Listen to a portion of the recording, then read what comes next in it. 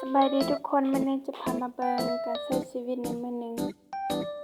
เอาข้าวมาฟาดแล้วเอาไปล้างน้ำให้สะอาดเมื่อสะอาดแล้วเอาตั้งใส่เตาไฟ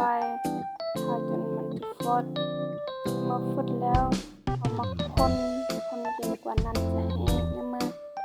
แห้งแล้วค้างเอาไว้ส่วนพ่อก็เอาหน้าที่เลี้ยงลูกแล้วแม่ก็มาหับช่วงต่อแล้วพ่อเอานอกไปฟอกแล้วเอาน้ำมันล้างจนกว่าจะสะอาดแล้วเอาหม้อไปตั้งใส่เตาไฟถ้าจนกว่าจะฟดเมื่อฟดแล้วนำเอานอกไปใส่แล้วต้มจนกว่าจะสุกเมื่อสุกแล้วตอกใส่ถ้วยเมนูที่สองเอาผักหอมน้ำมันพอจนหอมแล้วตอกไข่ใส่คนให้เข้ากันแล้วจนกว่ามันสุกมันสุกก็สิประมาณนี้มาเด้อทุกคนกินข้าว